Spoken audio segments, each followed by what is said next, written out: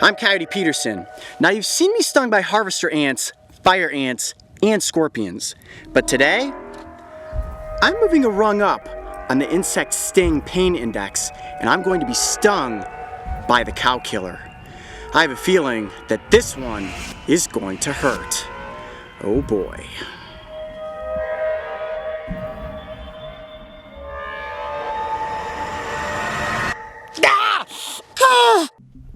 There's no question about it. The Wild West is rough and rugged.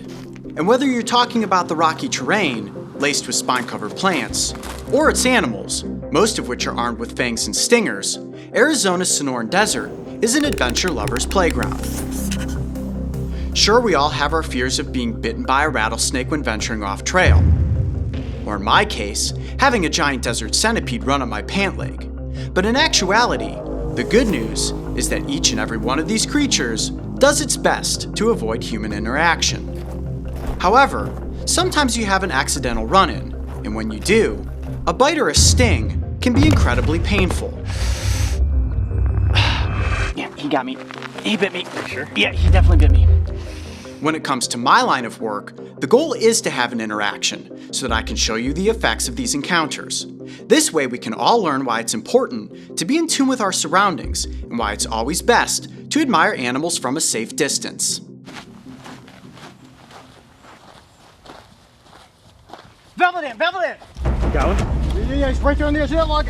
I keep my back off. Yes, hold on, no, he's underneath the log. I just started to tip it, so I ran back. Hold on a second. Oh, I saw him. Did you see it? He ducked out, ducked back in. There it is. Get him, Bill. Ah! Yes! Look at that! Whoa! Oh, he almost got into the crevice of that log.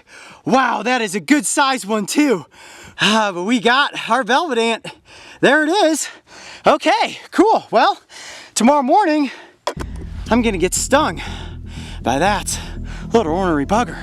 Cool.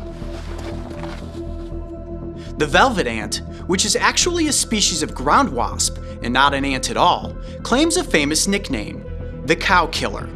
Ranked on the insect sting pain index as being the fourth most painful sting in the insect kingdom, rumor has it that the pain is so intense it can kill a cow.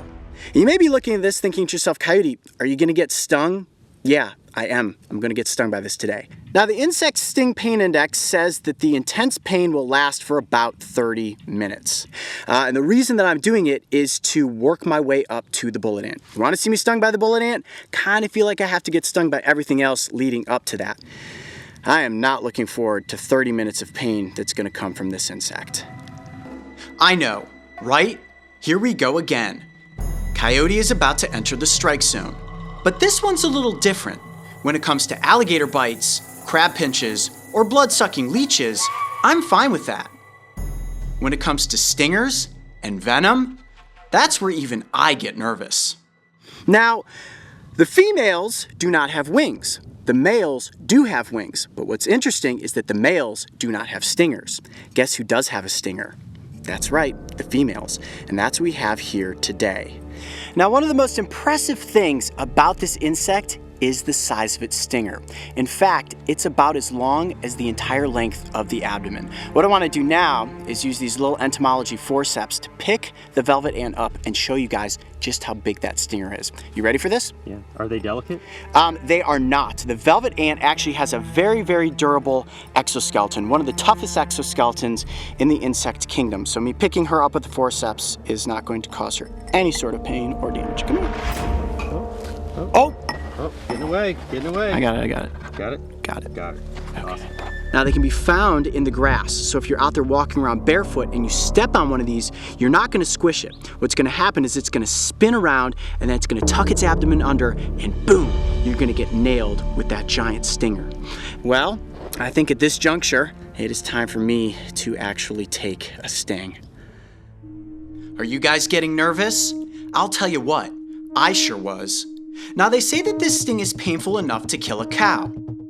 However, there are no reported cases of cows, or humans for that matter, ever dying from a velvet ant sting. This makes me feel a bit better, but you never know how your body will react to venom, so we always have an epinephrine pen on location just in case I have an allergic reaction to the sting. All right, Mark's signaling me that it is time. Here we go. I'm about to be stung by the velvet ant. Here we go. All right, Coyote. Well, it's about that time. Yeah. How are we going to pull this off? I see we have a, camera-wise, we have a GoPro, small camera right next to me. Oh, hey, there's Chance. Chance over there. What's the game plan for this sting in here? What's the idea? Well, this is gonna go down one of two ways. What I'm gonna try first is to actually take this little glass, flip it upside down, get the ant to this end, and then place it down on top of my arm. This will isolate the ant on my skin, and I'm hoping that as it tries to get away, it's just going to sting me. Now, if that doesn't work, I also have my pair of entomology forceps, and I'm actually going to pick up, hold the ant, place it on my arm, and let it sting me. One way or another, I am definitely going to be stung by the velvet ant. Here we go. Okay. Now the first thing I'm going to do is get the ant up into that part of the glass, and then I'm going to spin this over onto my forearm, and with any luck, the ant is going to sting me. Here we go. Ready? Let's do it. Here comes number 4. I'm Coyote Peterson, and I'm about to enter the sting zone with the velvet ant. 1, 2, here we go, 3. Oh boy. Oh, my heart's racing right now. Oh boy, I can see its abdomen kind of pumping. My heart is going now. Any second it could happen. Yeah, any second it could sting me. Oh boy, ooh, ooh, ooh, ow, ow, ow, ow. Ow, it's biting at my skin. It's biting at the edge of the container, trying to get out. Oh, and that stinger is gonna be like a little hypodermic needle going into my skin. This is intense. The glass is actually starting to get a little foggy from the heat of my skin. So at this point, I think we're going to move to plan B, which is holding the velvet ant with the entomology forceps. I don't think it's going to sting me at this point. It's been in there for about 2 minutes, and so far no sting. It's just trying to get out. So I'm gonna flip my arm upside down and get the ant back under control. Okay, here we go. Ready? Okay. 1, 2, 3. Okay. How do you feel? Extremely nervous, and my heart is racing. I actually think I do have to take a second just to get my heart rate to calm back down. Okay, cutting GoPro. Okay. All right, the only way to actually move forward with this is for me to hold the ant with the entomology forceps up against my skin and let it sting me.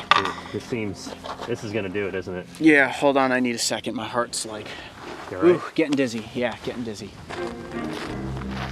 In the world of entomology, when it comes to milking the venom of insects and arachnids, holding them with forceps is a guaranteed way to induce a sting. So I think we all know what's going to happen next. This is crazy, guys, this is crazy. My nerves are going this much for the velvet ant. I can't imagine what the Tarantula Hawk and the bullet ant are gonna be like. Okay. I can't believe you're about to do this. That stinger is enormous. Yeah, okay, you can do this, So okay. is that stinger gonna go all the way under your skin? Yeah, it's gonna go right into my skin. Yeah, I'm ready. Oh boy.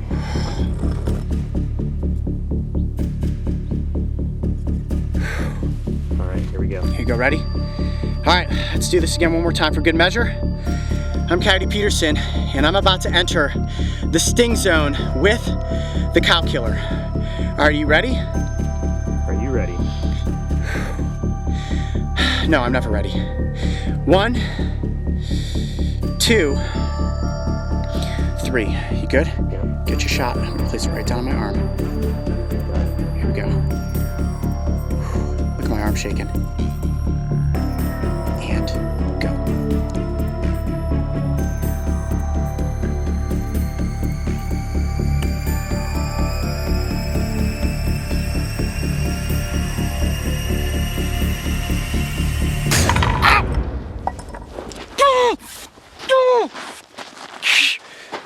Okay, let me get back here. You all right? What are you feeling? Go! Oh wow. Oh wow, okay.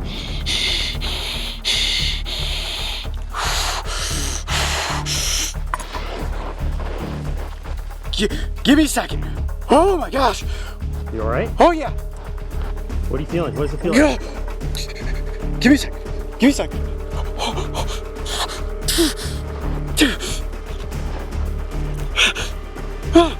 Oh my gosh, guys, this is super bad. Move this out of the way.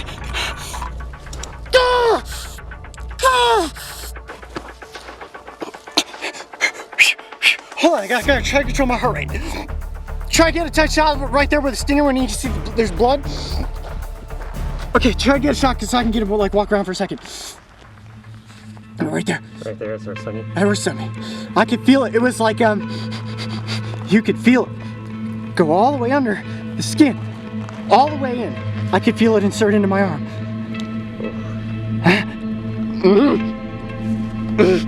gonna be alright? Okay. Now they say that the sting of the velvet ant will last for about 30 minutes. And I can tell you guys right now, this is the worst sting I've ever taken. There's no question about it. It is worse than a forestry ant, it is worse than a fire ant. It feels like I'm getting stung over and over again. You can see the welts starting to form on my arm. Oh man, yeah, there's a welt, big time. Describe the pain. Is it like a pulsating pain, stabbing? The pain, it's radiating. It is radiating. It feels like, you know, if you get a Charlie horse in your muscle and it like seizes up and then it's like, doof, doof. Oh, that is powerful. I can see why they call them cow killers. Oh, that is some intense pain right there. How long has it been? About 7 minutes. 7 minutes. They say the pain from this lasts for about 30. About 23 minutes to go, guys. 23 minutes to go. Ah! Now, aside from working my way up to the bullet ant, the reason I was willing to take a sting from this insect was so that we could all see the effects of the venom. 25 minutes has gone by. My arm is still on fire. And what's crazy is that look at all the red blotching that's formed around the sting. There's the stinger insertion point right there, and it is swollen and it is very tender. And you can see how red the entire radius is of the sting. I'm sweating. My goal was to do the best I could to describe the pain I was feeling. And it still hurts. It definitely still hurts, but not as bad as the initial impact of the stinger. But what's interesting is that all around the sting is tingling, like these little tiny pincushion needles going tss, tss, tss, tss. And as you can see, there's all these little red dots forming, and I'm assuming that is where the venom is spreading into my arm. Oh wow, well, I would say that this was definitely one very intense sting. The cow killer has earned its reputation as being one of the most powerful stings in the insect kingdom.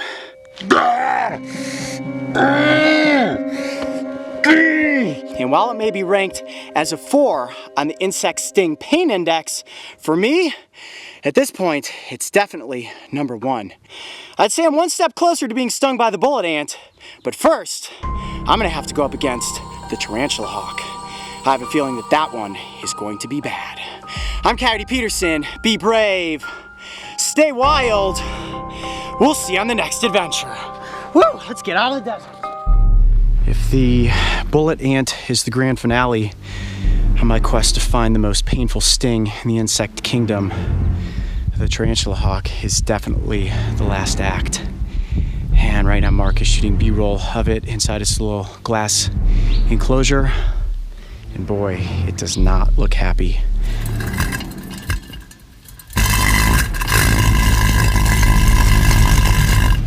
Now they say that the sting of the Tarantula Hawk is number 2 on the insect sting pain index. It's like being stunned with a taser, and they say it puts you into a state of paralysis for up to 5 minutes, where all you can do is scream. As you can tell, I'm pretty excited about this. All right, Coyote. You okay, man? Your heart racing? million miles a second. This is the most nervous I've ever been to take a sting or bite from anything. My hand is shaking. Are you guys all ready? Oh yeah, I'm ready if you're ready. I'm ready. Okay. Here we go. I'm Coyote Peterson, and I'm about to enter the sting zone with the Tarantula Hawk. Let's go for it. 1, 2, here we go. 3. I have to first get myself up close with the animals, and sometimes that's easier said than done. Careful!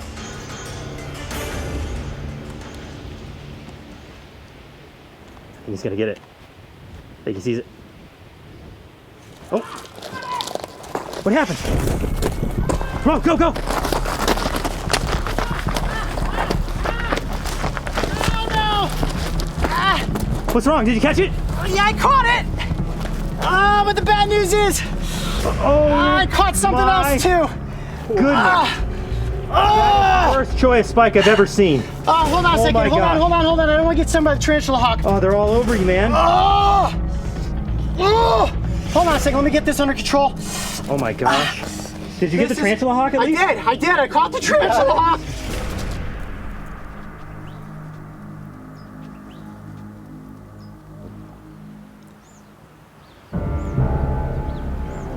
You nervous? Do I look nervous? Yep. Yeah, guys, I am the most nervous I have ever been before one of these bite or sting episodes. As we know, yesterday I made this awesome catch. I caught a Tarantula Hawk, and I was so excited. And then I fell into a Troy cactus. Think happy thoughts. 1, 2, 3.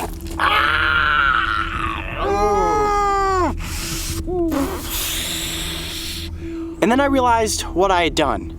I set the table for today, where I'm going to be stung by a giant spider wasp. Now, the Tarantula Hawk is the second most painful sting in the insect kingdom. The only thing more painful than this is the bullet ant. And I felt that to work my way up the rungs of experiencing these painful insect stings, I kind of had to see what it was like to be stung by a Tarantula Hawk before I actually take on the bullet ant challenge. Whew, deep breath. All right. Let's bring in the wasp. Oh boy, this is gonna be bad. Here she comes. Oh boy. Oh my goodness. That's a big one. That is the largest species of wasp in the United States, ladies and gentlemen. Now you look at this insect and you say to yourself, Tarantula Hawk. Well, it's not a tarantula and it's not a hawk, but like a hawk, they hunt for tarantulas. What these females will do is fly around in the sky, and they can actually sense chemicals in the air that will tell them where a tarantula's burrow exists. They will land on the ground, skitter across, and go down into the burrow. They will use their front arms to tempt that tarantula to come up out of its burrow, and that is where a boxing match begins. The Tarantula Hawk will dodge left and right, taunting that tarantula until it rears up on its back legs and exposes its fangs. Now you would think that tarantula is going to bite down and kill the Tarantula Hawk. Not gonna happen. This hawk is so quick, she will spin her abdomen up underneath the belly of the tarantula, insert that 1/4-inch stinger, and the venom will instantly put that tarantula into a state of paralysis. Now the tarantula is not dead. It's just like this. I'm in intense pain, and I cannot move. And this, ladies and gentlemen, is where the true horror story begins. It's in a state of paralysis, and the female pulls the tarantula back down into its burrow, and there she proceeds to lay an egg on top of its abdomen. She then leaves the burrow, and the tarantula is left there, still alive and in a permanent state of paralysis. Eventually, that egg hatches, and the larva then eats the tarantula while it's still alive. How's that for one crazy horror story? Okay, so they say that the sting from the Tarantula Hawk is so painful it will put even a human into a state of paralysis for about 5 minutes. I know what you're thinking. Coyote, this is absolutely crazy. Do you want to know what Coyote's thinking right now? This is absolutely crazy. But I think if you guys are ready, I am ready to be stung by the Tarantula Hawk. Here we go, guys. Chance, bring in that butterfly net. I'm gonna lift this up. We're going to actually place the capsule inside of the butterfly net, just like that. Lift it up. Now I have a set of entomology forceps here. See that? And these have a very soft tip. I'm gonna be able to pick up the wasp with these forceps. But what I'm gonna do first is reach my arm in there and remove the glass capsule. Once the glass capsule's out, the net will fall down on the wasp and I'll be able to insert the forceps in there, pick up the wasp, and remove it from the net. Okay, ready? Here we go. So the butterfly net is here to try to prevent the wasp from flying away. Yes. Because how hard was it to catch this wasp? Extremely difficult. We've been trying for days to catch one of these. And it was a very painful experience to get it based on the fact that I fell into the cholla. Okay, ready, here we go. You ready? I'm ready. I'm removing the glass capsule. Trying not to disturb the wasp. Okay, this is good. Part 1, successful. Part 1 is good. I'm gonna remove the stick. Stick is out. Okay, now I'm going to fold this over like that. This is the last little break between you and being stung. What's going through your mind? What's going through my mind is don't get stung right now just through the net. I have to get it perfectly with the entomology forceps. If I don't get it right on its thorax, we can't make this happen. I don't know, man. I think you're kind of stalling. I'm not stalling. Trust me, I'm not stalling. Oh boy. Careful. Oh boy. Got it. Oh boy. That is the positioning that we want. Oh boy. Okay, so we gotta hurry up and do this. That is a perfect hold right there. Now, before, look how much my hand is shaking. Hold on. So I get a shot of her. Okay, oh boy, look at got a really good hold. Wow, look at that abdomen going. I got a really good hold on her. It took me a minute to get the right hold, but the right hold is what is important. Now, I do have the glass capsule right here, so I'm hoping that I have the wherewithal after the sting to quickly pick up the glass enclosure and put it back over top of the wasp so it doesn't escape and we can get some more B-roll shots with it. But guys, do be aware that if I do immediately go into a state of paralysis, just let the wasp fly away. Don't try to grab it, don't do anything. It'll be back into the wild and everything will be fine. All right, Coyote. You okay, man? Your heart racing? Million miles a second. This is the most nervous I've ever been to take a sting or bite from anything. My hand is shaking. Are you guys all ready? Oh yeah, I'm ready if you're ready. I'm ready, I'm ready. Okay. Here we go. I'm Coyote Peterson, and I'm about to enter the sting zone with the Tarantula Hawk. Let's go for it. 1, 2, here we go, 3.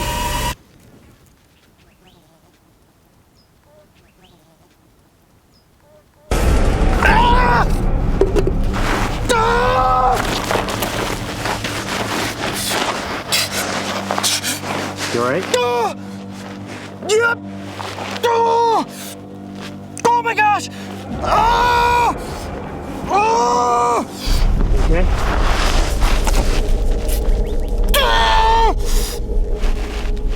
Tell me what you're feeling. I can't move my arm.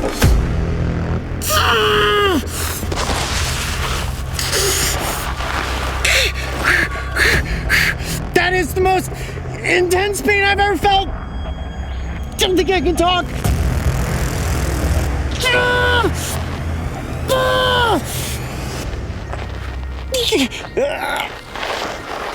Are you okay, man? I'm getting nervous. Are you feeling anything like, should you be worried? Nope, I just can't move my arm. I think I'm gonna cry. Coyote Peterson doesn't cry though, right? Oh! Oh! It is! It's like my arm is in a state of paralysis right now. Ah! Ah! Ah! Do you need anything? Right there. Oh, wow. Oh, wow. Ah. Ah. Looks like your arm is swelling up. Ah. Ah. Ah. Second wave of pain. Ah.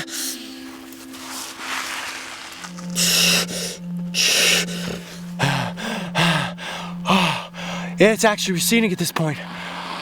Oh, wow. That zone right there is a hot radiating pain.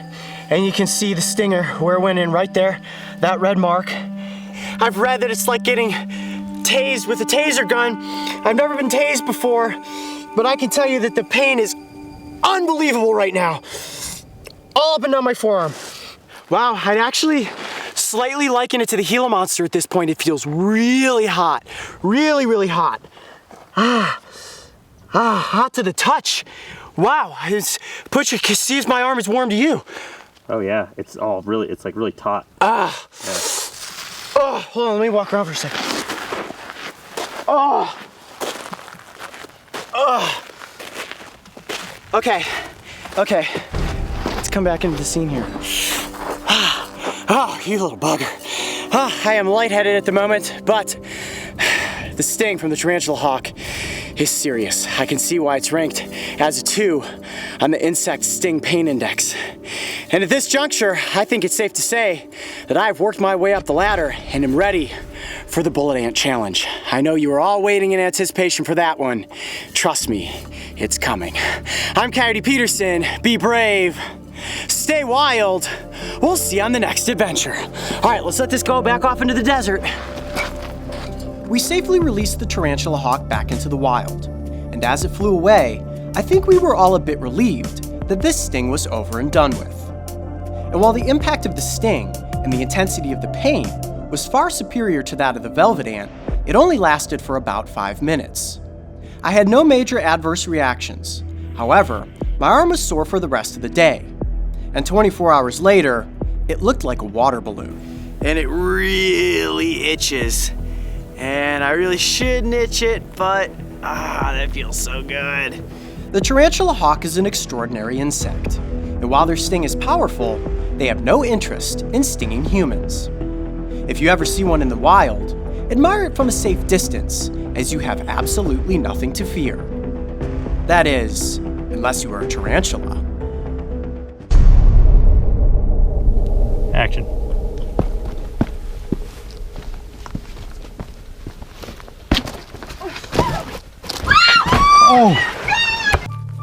As the sun drops toward the horizon, golden light casts across the rugged boulders and picturesque landscape, which makes Tucson, Arizona one of the most epic filming locations in the Southwest.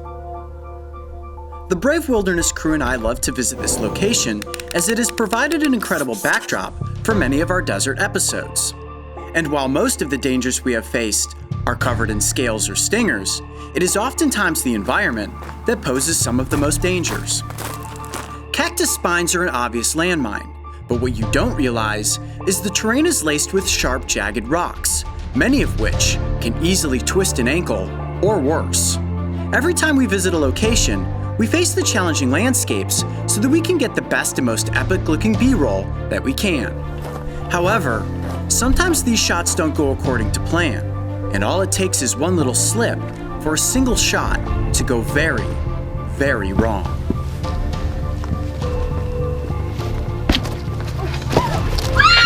Oh! Are you okay? Did you land on your pack? Yeah. Did you hurt your arm? Yeah, I'm all right. You sure? Yeah.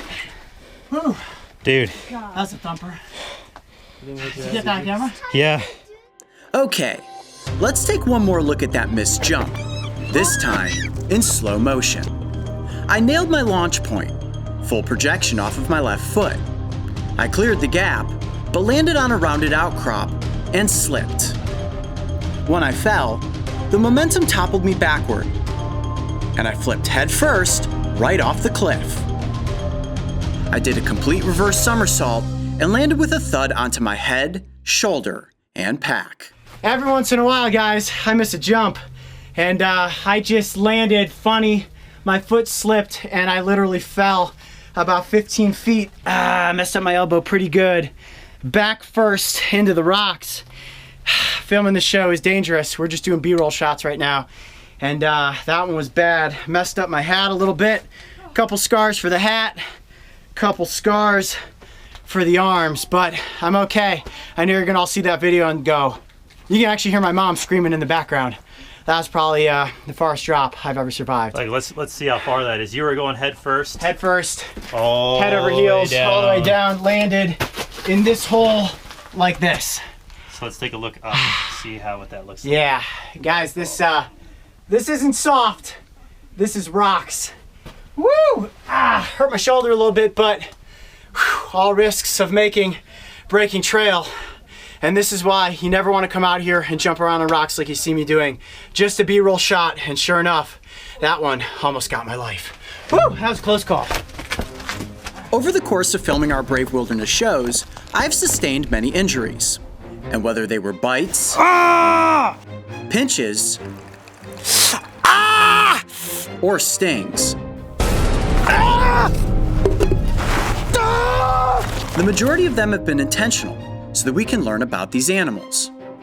However, when it comes to environmental injuries, like falling into a cactus, or being hit by a rogue wave, these are usually the worst. And trust me when I say, I am no stranger to using a trauma kit. The good news is that I have managed to walk away from all of these mishaps, and we always make it a point to show you how we clean up the aftermath. The good news is the Coyote Peterson bounces. Still doesn't mean that we aren't going to break out the trauma kit to clean me up. Here, come here, check this out. This arm is taking a beating on this trip to Arizona. Swollen elbow, velvet ant sting, Tarantula Hawk sting.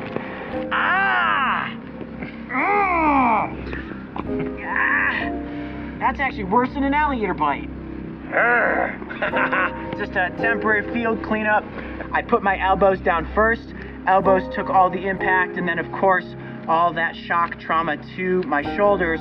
Fortunately, I didn't dislocate my shoulder, but I can promise you guys this much, it is going to be sore in the morning. Well, we learned a really valuable lesson tonight, Coyote Pack. When you're out there in the wild, whatever you do, do not jump from rocks. Because if you land wrong, you may fall as far as 15 feet, if not more, end up with some major bandages, or quite possibly without your life. I'm Coyote Peterson. Be brave. Stay wild.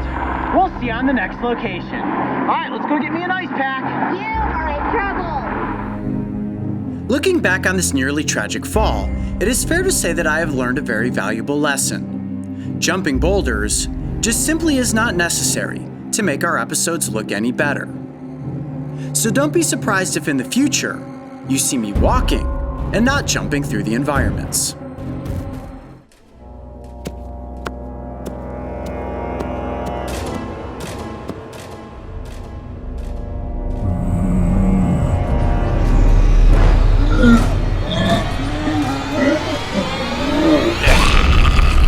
Zombies.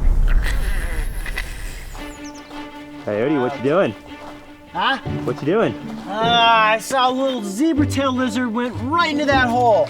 And I thought I could flush it out from this side, but it's definitely buried underneath the prickly pear cactus right now. You lost him, huh? I can't catch them all. But you know what? Check this out. This actually gives me a really cool idea. I'm surrounded by prickly pear cactus right now. And Mark, do you know what that is right there? Yeah, it's a prickle pear. Yeah, it's like the prickly pear, like an apple. It's the fruit. But these ones... Is it, wait, hold on. First of all, is it prickle pear or prickly pear? It is prickly pear, and it's called a prickly pear because all over the fruits, especially these ones, which aren't fully ripe, have these little fibrous hairs that are called glochids. They easily brush off of the cactus, and they can end up in your skin. It's why if you bump into a prickly pear, you're gonna be in pain for a long time because you can't see these little stickers very well, but they are very irritating. These fruits right here are really ripe, and actually this is a great desert snack. You wanna try some prickly pear fruit? I mean, I just had breakfast, but I could have a little more. Oh, come on, you know you want to. Hold on, let me get out my pocket knife here. Now, the ones that are all the way ripe, like this, don't usually have as many glochids on them, but I'm already starting to get them into my finger. It's what I didn't want to happen. All right, I'm gonna cut it open. You ready? Yep, go for it. Here we go. Oh yeah, that is nice and ripe. Wow, look at that. Kind of looks like beet. It does look like a beet, doesn't it? Let me scoop some of this out here. That's the good stuff. That is the stuff we are after. Oh yeah. That is sweet. Okay, ready? Here we go. First bite. This is like breakfast for me here in the desert. What's that taste like? Wow, that is good. That's kind of how you have to eat it. You take a scoop out like a pocket knife. You can also dig it out with your fingers. You can eat the seeds. They're good fiber, but really what we're after right here is the juice. So you kind of have to suck all the juice in the fruit out from around the seeds. And then... You got a little on your nose. Do I? Yeah. You can shoot them like little pellets, which is kind of cool. You want to try it? Sure. Yeah, I've never had it, but... All right, give this a go. Ah, I'm getting the spines in my finger. Yeah, I'll have mine without spines. Yeah, no spines for you. There you go. Now, it's gonna turn your fingers purple, but don't worry. Honestly, it looks like it's gonna stain you, but it won't. It's very seedy looking. I'm Yeah. not so sure about this. Yeah, trust me, it's good. It is so sweet and delicious. Chance, film him eating this. Let's get his reaction. It's kind of like Yeah, don't pop a filling. yeah, it's for real. It's like a super seedy blackberry that's not quite as sweet. Still tastes good. It's good, right?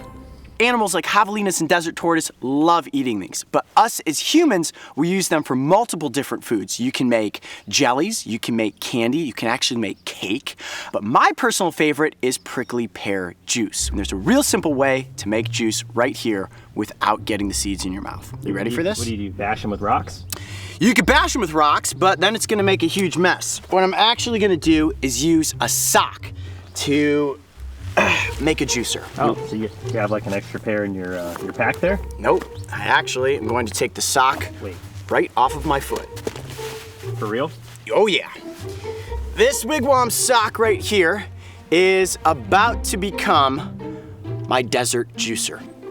So the reason I'm using the sock is because it will help filter out the seeds and the little spines. In you go. There we go. Go for another one. Oh, that's so right. Wow, look at that. That is a sock full of prickly pear fruit. Now, I could just chomp into that like a bulldog, but what I'm actually gonna do is bash all these fruits apart to get them started with a rock. Oh, there's a good one. Okay, come here, you. Oh, this is perfect. Ow. 1, 2, squish. Oh, yeah. Oh, man. Oh, wow, this is going to be delicious. This is what we call desert sock punch.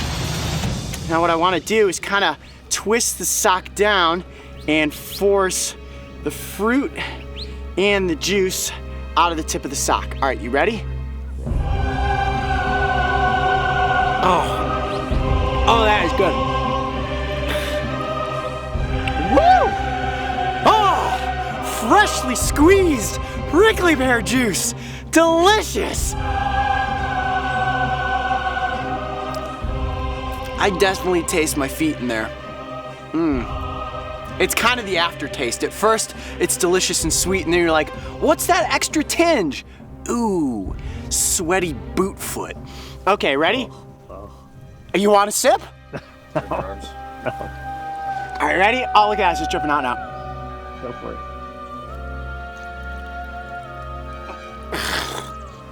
Nothing is more refreshing than freshly squeezed prickly pear juice on a Sonoran desert morning. Chance, would you like some?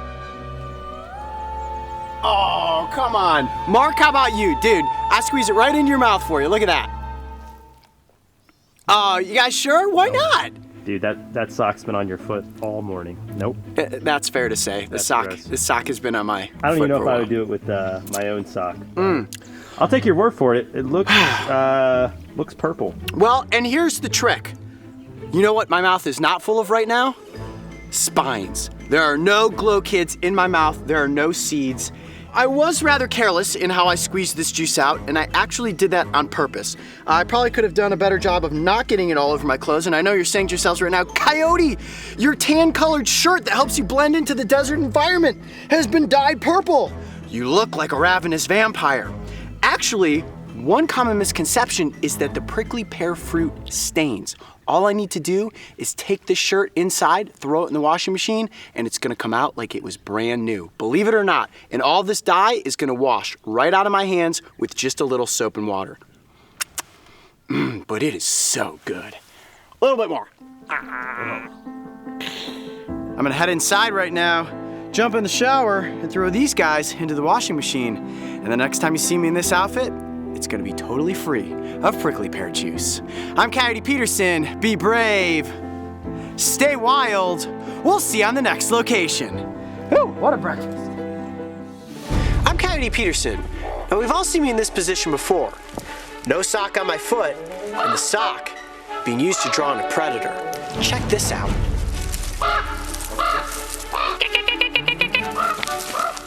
Oh, that right there is a baby red fox. Lupin, come here. Working with animals can be incredibly difficult, especially when you're hoping to encounter them in the wild and have an up-close interaction that is captured on camera. The crew and I have visited many locations over the course of filming Breaking Trail. And if you have ever wondered which location has been the most difficult so far, I would definitely have to say it was Alaska. This far northern state is considered to be the last true frontier. And trust me when I say, the environment posed incredible challenges. From the vast lakes, which we explored by kayak, to the rushing glacial melt streams that were nearly impossible to forge without getting soaked by icy cold water. Then there were the incredibly dense forests. Built with ancient trees and thick plants, this habitat provided the perfect hiding places for native wildlife. So I climbed up on top of this stump here, searching the forest. Check out this vantage point. Wow, that is just trees as far as the eye can see. So what becomes the game plan when finding animals in the wild is next to impossible? Simple. We work with ones that have been rescued or raised in captivity. Today we will be working at Steve Krochel's Wildlife Sanctuary, which is home to many different mammal species, including moose, weasels, and even a wolverine. In my opinion, mammals are the most difficult animals to work with because they very rarely want to be held, and getting them to sit still for the cameras is next to impossible. And while in the past I have worked with giant grizzly bears, ferocious badgers, and spring-loaded bobcats, nothing would challenge me and the crew more than an incredibly adorable baby red fox named Lupin. Now, one of the toughest things about working with a fox is that a fox wants to move around as much as possible. So right now we are inside of Lupin's enclosure, and you can see this looks completely natural. You can barely even tell that we're in her enclosed environment. And here she comes, Lupin. She's very excited to have us in here. Come here, you. As soon as she starts to calm down, I have a good feeling that she'll probably come close for the cameras, but at the moment, we have to let her get acclimated to us being in here. There you are. Are you gonna come hang out with me? Right about now, I am sure you are wondering, what in the world are those noises Coyote is making? Well, they are fox calls that Steve taught me. You see, Steve has the uncanny ability to speak with animals. Now, Steve, Yeah. I hear you making this little, sounds like a turkey noise. Well, I'm talking mink language now. That's Mink. Yeah, mink language. You go ahead and try it. Okay. Gotta go faster. There you go. Pretty good. And he said that if I could master the language of the fox, I would likely become one of the skulk, which is a group of foxes.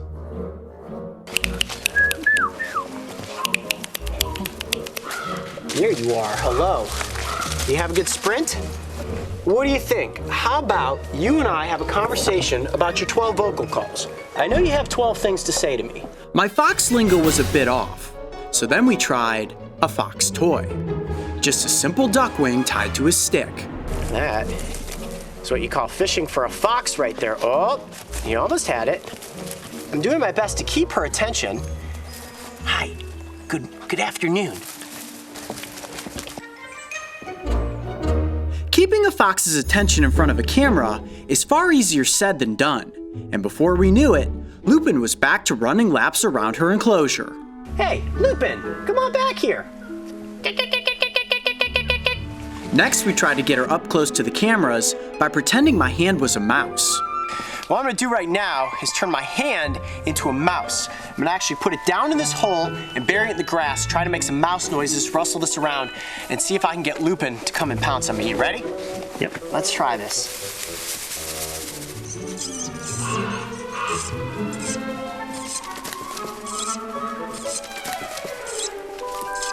Oh, yep, it worked. And she bit right down on the tip of my finger, only to find that it isn't actually a mouse. Well, that was pretty cool. All right, well, apparently I can speak mouse. Haven't quite yet learned how to speak fox. We had some pretty good success at first, until she figured out that she couldn't eat my fingers.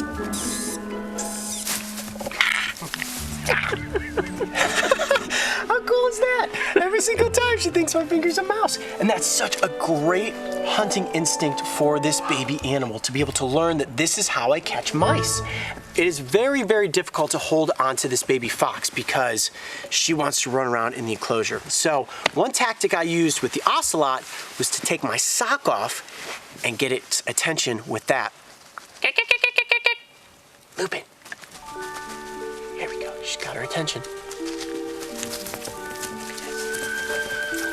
Oh boy, look at that. Oh, Saki's good. It worked wonders with the ocelot in Costa Rica, so I figured, why not try it with a fox? Get that Saki. Now, if I was one of her litter mates and I found something out there in the wild, like a hunter who left a sock behind, this would be a great toy to play with. This fox is incredibly playful, and at this age, that's natural, but even adult foxes, you'll see running around out in fields, prancing, hopping, playing fun games.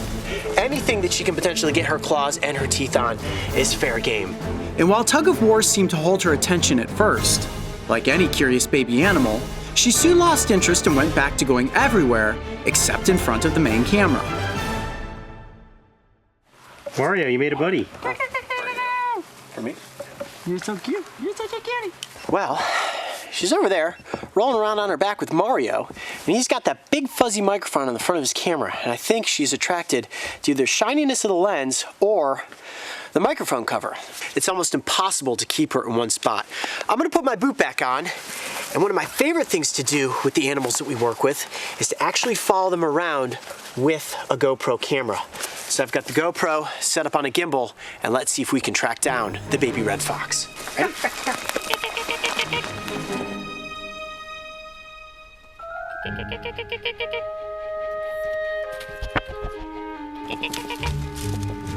The red fox is one of the most elusive animals in the world. And I would say in my lifetime, I've probably only ever seen 5 fox in the wild. And even when you do see them, it's only for a brief second. So if you do happen to encounter a fox, consider yourself lucky. This right here, getting to play with the baby one, whew, it's absolutely exhausting. If there's one animal that has really worn me out, it is definitely the baby red fox. This thing's got more energy than any animal we've ever worked with. For nearly 15 minutes, we attempted to follow Lupin around her enclosure. And for a brief moment, she rolled over on her back for a belly rub.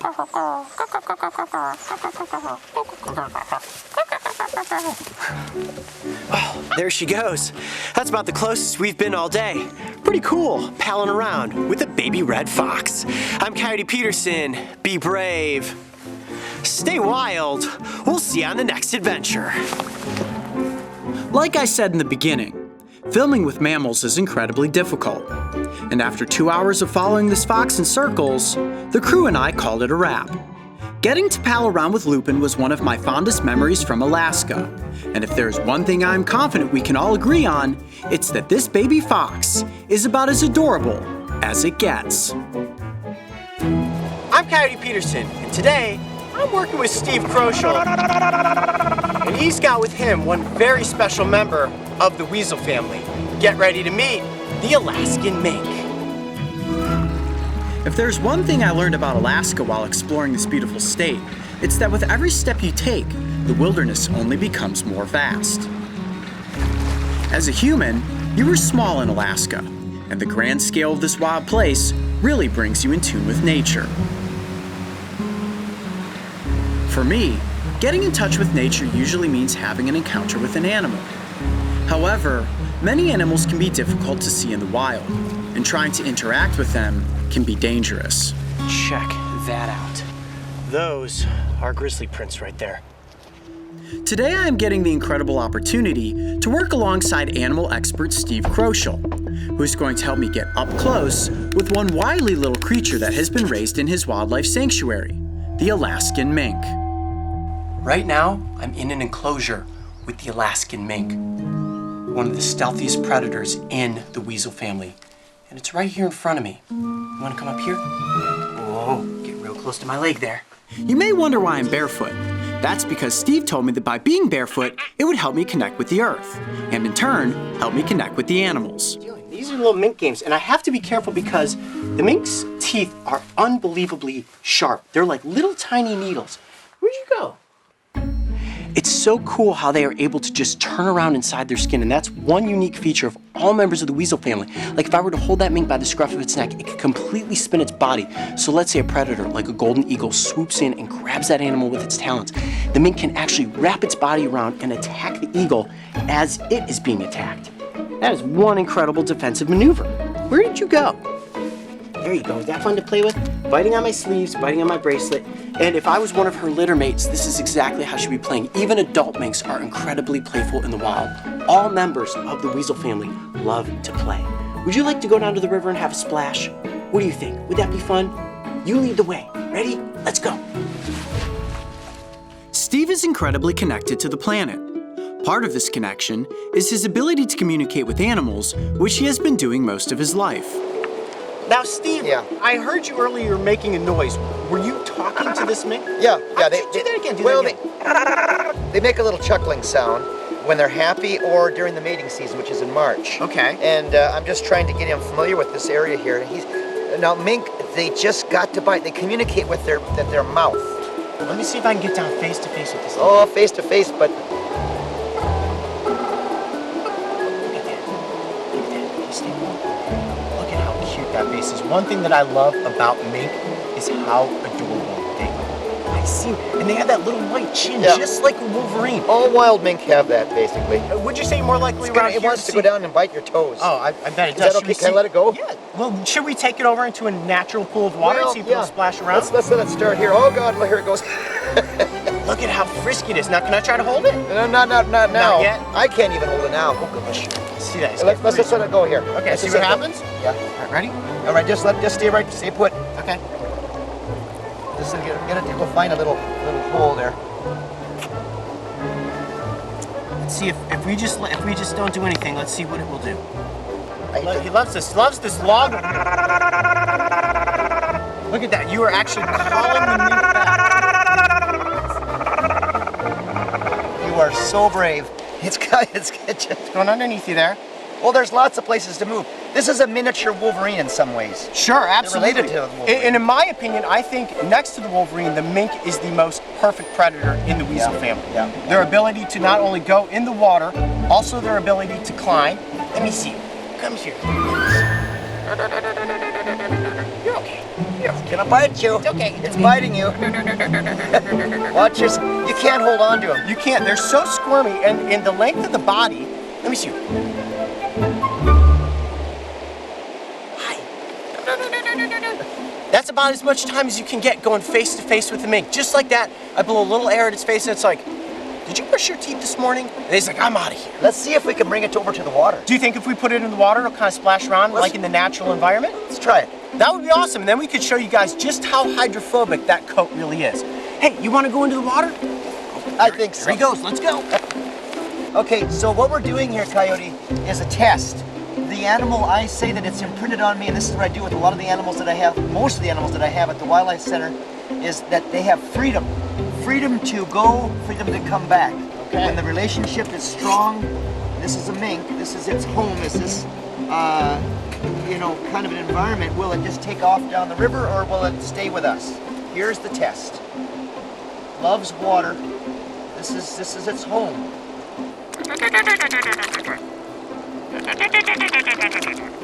What I'm doing right now is trying to just call the mink in. Once it gets comfortable with me, I have a good feeling it's gonna kind of just buddy up to me, and then we'll be right here splashing around in the water.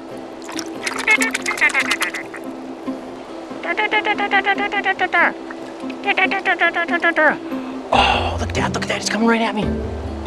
Call him in, call him in. Whoop, just like that, you see that? That was an awesome shot. Ran right past GoPro. Where are you going? You're developing a relationship, Coyote, with this semi-aquatic animal. Daddy's getting pretty comfortable with me now. Look at that. Right on my hand, just rolling around. Oh, splashing, look at that. Look at how he's just able to, there's no water actually staying on his fur. Get it. I think it actually likes my bracelet. Look at that, you see the water just flicking off of the mink's coat? How awesome is this? Laying on a riverbed, splashing around with a little mink. I'm Coyote Peterson, be brave. Stay wild. We'll see you on the next adventure. I'm always excited to see a mink, and over the course of my life, I have been lucky enough to catch glimpses of them in the wild. They are incredibly elusive, so to spend a morning getting up close with one was an interaction that I've always dreamed of. She's going right towards us. Okay, back up, back up, back up, back up. All right. Back up, so. Yo, bear! Yo, bear! Back up, bear! Back up, bear! The Alaskan wilderness is by far the most epic-looking location we have captured on camera. Its towering mountains can be seen no matter what direction you turn, and as your boots trudge across the vast silt flats, you feel a sense of complete awe for this magnificent landscape. Aside from the scenery, this far northern state is home to a number of iconic animals, including bald eagles, moose, wolverines, and the most powerful predator in North America, the brown bear. And these tracks right here are probably only about 10 minutes old. And that means the bear is just ahead of us. In the past, I've had the chance to work up close with a brown bear, specifically Ursus arctos horribilis, more commonly known as the grizzly bear. We filmed an episode of Breaking Trail alongside Adam, a bear who was raised in captivity and who is very used to working in front of the cameras. The goal of interacting with this 750-pound animal was to show you what to do. Whoa, bear! Whoa, bear! And not do if you ever encounter a grizzly and are faced with an attack. It was one of the most intense episodes we had ever produced, and to this day has garnered millions of views, all while educating the public on proper safety techniques when hiking in bear country. And it was no more than a couple years later that I would be put in the position where I had to implement these techniques, as I encountered a bear in the wild.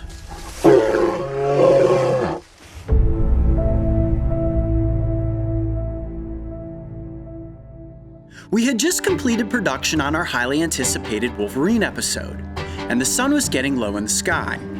It was a great time to get some location photography, so the crew and I headed up an old logging road and deep into the wilds of the Alaskan backcountry. At this time of day, bears are very active, so we made sure that we were armed with bear spray. We headed off the road and down onto the silt flats, where we spent time getting a few epic-looking shots. Mark and Mario wanted to film the sunset, so they headed upriver, leaving Austin and I behind to shoot some photographs. Once finished, we began to walk back in the direction of Mark and Mario, when all of a sudden, we were faced with one of the most dangerous encounters in the animal kingdom.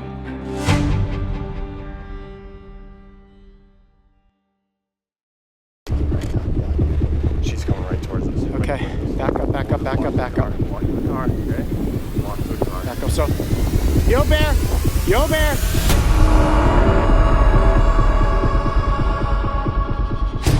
Back up, bear! Back up, bear! Back up, bear! Back up, bear! Good bear, good bear! Pursue slow. Yo, bear! Yo, bear! Yo, bear! Yo, bear, yo, bear! Yo, bear! Yo, bear! Go back, bear! Go back, bear! Holy cow. Woo! Holy cow.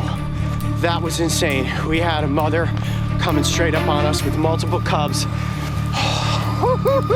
That was pretty wild. Whoa! Keep your guard though, because she may have worked her cubs down the line there. Oh, wow. That was crazy. What was that, 3 cubs, 4 cubs? 4 cubs. 4 cubs. 4 cubs and a sow. Just pace yourself slow here.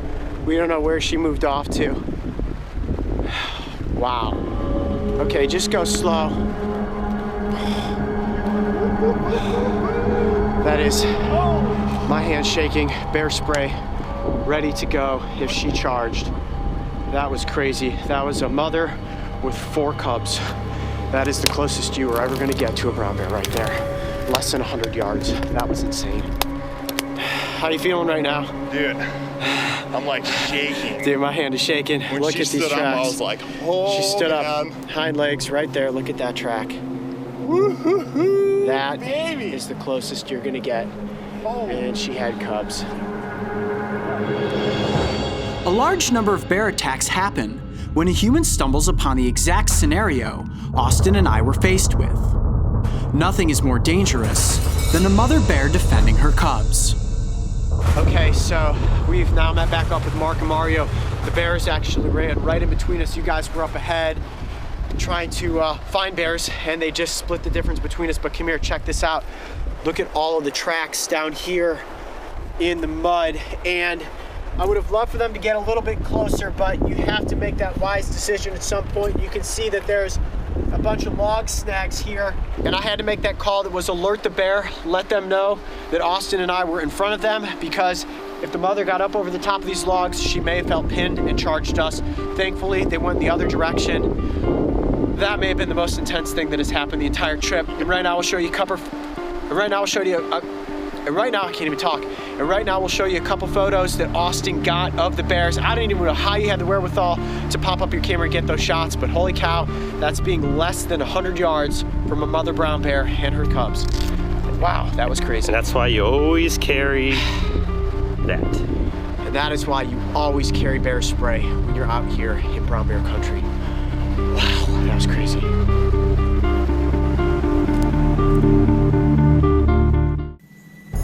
I'm Coyote Peterson. Right now we're hiking in the southern swamps of Texas, which is home to 2 different water snake species. One is venomous and one is not. If your life depended on it, would you be able to tell the difference? Stick around, because we're about to show you. As the sun cut through the tops of the cypress trees, I carefully made my way into the swamp. Every step counts when you're in the backcountry of South Texas. And as my boots slowly splashed through the dark water, my focus was completely in tune with the environment. I knew that it was only a matter of time before I would find the one reptile that most people are terrified of. Coyote, what are you looking for? Snakes, and nothing yet. You know, most people are out there and they're hiking and they stumble upon snakes when they don't expect to. Me, I'm always looking for them. But if you do come across one in the wild, it's really important to identify the species. A lot of times you have a non-venomous snake that will look like a venomous one. Unfortunately, these non-venomous snakes are then vilified as being venomous, and a lot of times they end up being killed. My goal today is to catch one non-venomous snake and one venomous snake so that we can show you the distinct differences between the two. It's a long search out here in the swamps. I'm not giving up. We are gonna find some snakes.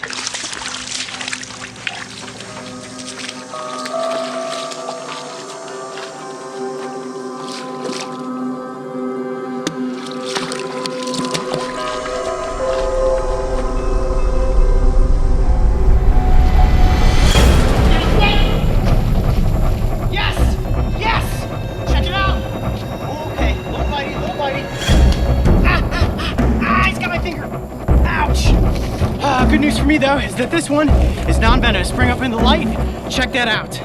That is a broad-banded water snake. Woo! Okay, that is half of the equation right there. Watch your GoPro, he's trying to bite you. Well, that's the safe one. Now we gotta find the moccasin. Woo! Awesome, man, definitely got my thumb. A bite from this one, and I'm gonna be just fine. But the other snake we're looking for, the water moccasin, if that had tagged my thumb, we wouldn't be getting shots. We'd be on our way to the hospital. Look at that. Maybe get a little closer for your camera there. Oh, he's bitey. Beautiful snake. Okay, cool. Well, let's keep searching for moccasins.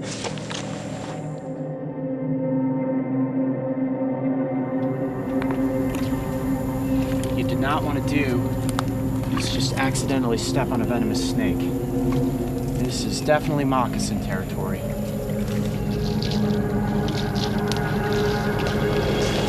There's a moccasin right there. Okay, come up slow. Where? Right up against the side of that tree. Oh, I wow, see. look at how big it is. Okay, no, this is the real deal. Stay back. Okay. Stay a couple steps back. Now, they usually move pretty slow. I'm gonna try to hook it and bring it up here onto the path. You ready? Yep. Careful.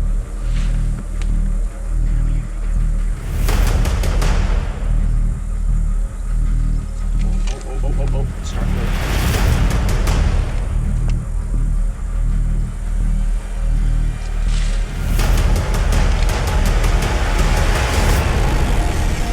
Careful. Got that tail, got that tail. Okay, there we go. Do not want to take a bite from this snake. That one will send you to the hospital. Okay, bringing it up on the path here. Wow, okay. Ooh, rattling the tail a little bit. That is a defensive sign. Okay. It should just stop for us. Come here, come here. There we go. All right, what we need to do now is just get the snake under control so that we can get it up close for the cameras. Let me move it back a little bit here. Ah, my nerves are going. Just looking into the water there, and that's how well these things camouflage. I just saw it out of the corner of my eye, just an obscure shape up against that cypress. And that's what these snakes will do. You don't often see them just slithering about like you would a water snake. They'll often be just like this, curled up in a ball somewhere, trying to stay camouflaged, trying to stay away from any potential predators. And then again, if you were gonna try to eat this snake, you better be quick, because if you're tagged by those fangs, you are going to be in a world of trouble. Now this is a water moccasin, but they are famously known as cottonmouths. And watch this. I'll get the snake to open its mouth and you'll see that white throat. Look at that. That is a defensive, oh, see, look, you got the tail going now too. You see that? Mimicking a rattlesnake, saying, I am venomous. Yes, we know that you are venomous. I can actually see the fangs tucked back. Whew, I am dripping bullets of sweat right now. Let me back up a touch. Okay, well, perfect. We have the two snake species that are indigenous to this habitat, a water moccasin and a broad-banded water snake. One venomous, one that is not. Stick around and we'll show you which is which.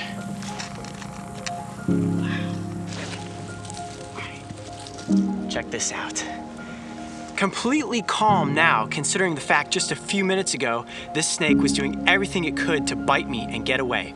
This is the broad-banded water snake, and look at this incredibly calm demeanor. Now, I noticed the same thing with Lake Erie water snakes and northern water snakes. At first, it's all about fight or flight. If they can't get away and you catch them, they immediately try to bite you.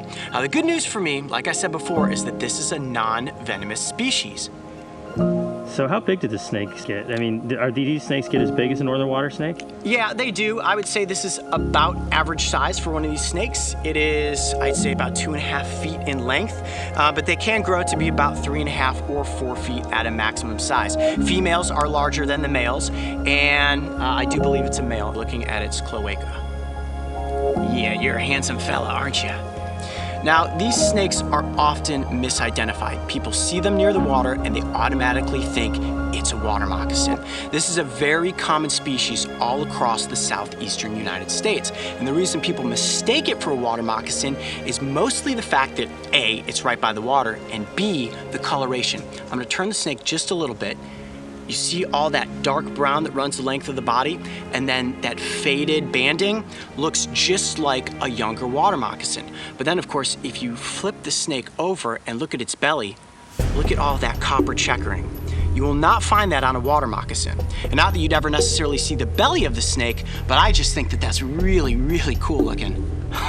This is actually the first time I have caught this species of snake, and it is just so incredibly calm right now. I cannot believe how comfortable this snake has gotten with us. We've only been handling it for a few minutes. Oh, but it did musk on me. There you go. See that white stuff on my hand right there? Oh, yeah, it stinks. That is another defense mechanism. Poop on a potential predator if it's trying to eat me. All right, but I'm not gonna eat you. Don't worry, we can just hang out and be friends. Wow, this snake is so cool. Well, I think at this juncture we should bring out the water moccasin. I'm gonna hand this snake off to Mario. He's gonna bring in the moccasin, This is gonna be a little bit more dangerous. Hopefully we'll get that snake to just calm down on the ground and we'll get the cameras up close for it so we can show you the distinct field markings of that snake. All right, you ready? Yep. All right, now we're gonna bring in the water moccasin. Just keep your wits about you because this is going to be slightly more dangerous. Okay, let me bring her over here. Slightly is an understatement. Yeah, I got it. I'm gonna get her to calm down. Hold on, I'm gonna get her to stop. There we go. So, Coyote, the water snake you just held had anticoagulant in its saliva. This snake has venom. What would this snake do to you? This snake would, depending how your body reacted, it could potentially kill you. There are not many reported deaths from water moccasin bites. However, that venom is incredibly toxic and it will break down your red blood cells. You could lose a finger, you could lose your hand. Let's just put it this way. If I'm tagged by this snake, we are leaving this scene and we are heading to the hospital. So I need to be extra careful right now. Mark, we've got you a couple feet past the snake. We've got Mario just off camera here, making sure the snake makes a move. You can keep it away from you, Mark. But other than that, if we just stay calm and collected, just like this in front of the snake, we should be just fine. You see the snake's not trying to flee, it's just keeping itself low to the ground, its body spread. Look how wide and girthy that snake is.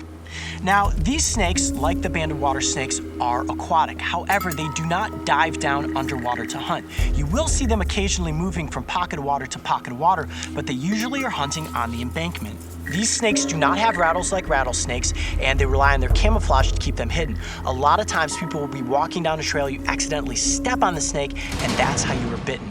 This snake has no interest in chasing or hurting humans. If you just admire this animal from a safe distance, you're gonna be just fine. Okay, so the most important part of this episode is that we want to show you a comparison of this snake next to the broad-banded water snake. Now, to do that, I'm going to have to get the water moccasin under control, which means I'm going to use my snake hook to gently pin its head and then pick the snake up. Mario's going to bring in the broad-banded water snake. We're going to put them side by side and show you the distinct field marks so that you can properly identify these snakes if you ever come across them in the wild.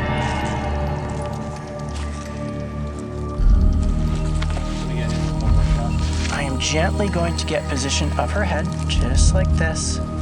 There we go. I want my fingers just behind the head like that.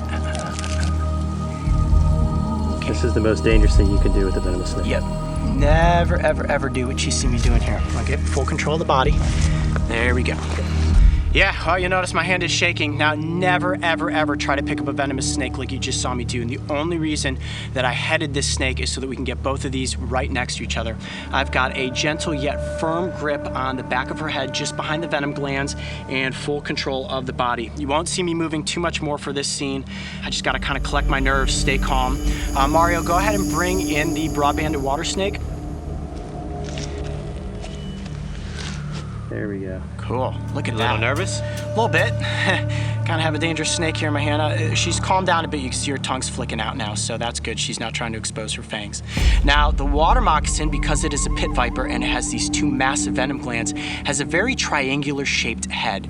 You pan over to the broad-banded water snake, and its head is actually very narrow.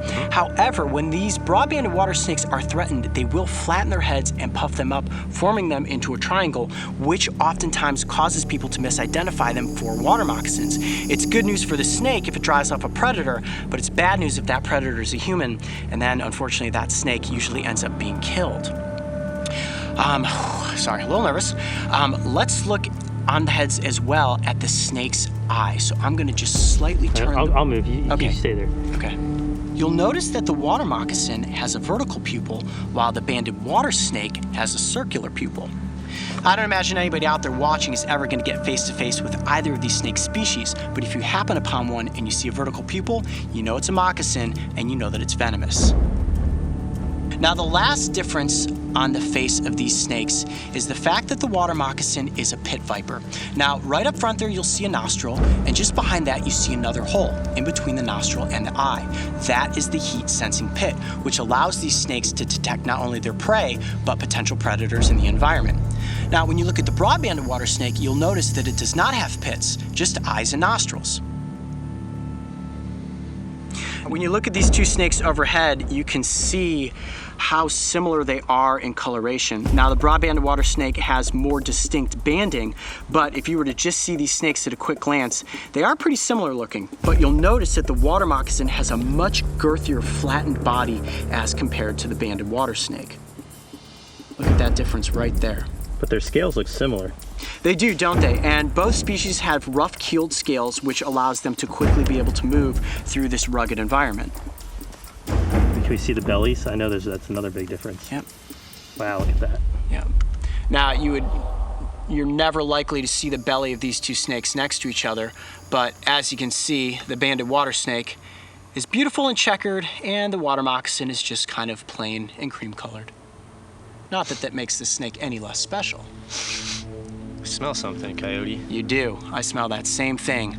Both of these snakes right now are musking, which is a final defense tactic in the event that something tries to eat them. That musk is coming out of their bottom ends, and if you're a predator and you get that in your mouth, it tastes really bad. So, as you can tell, these snakes have many different defenses against potential predators.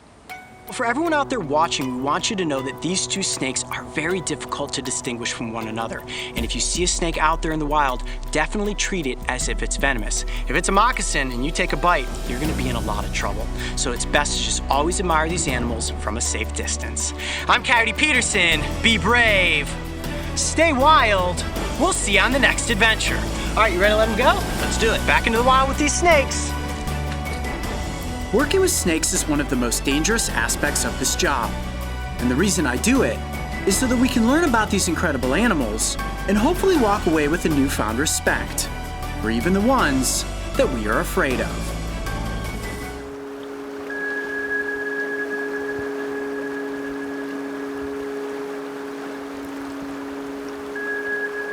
As children, we are told to follow our dreams, to work hard and never give up until they come true. This long journey north is one of my dreams.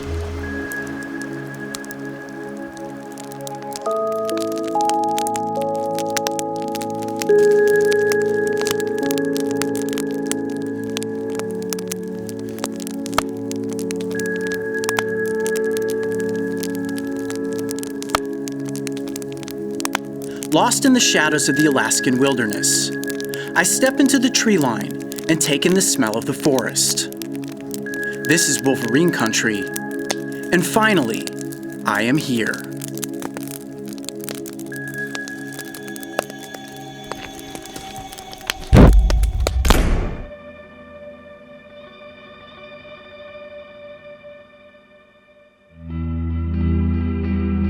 Endless miles of dense forests, rushing rivers, and towering mountains encompass what is considered the last true frontier in North America.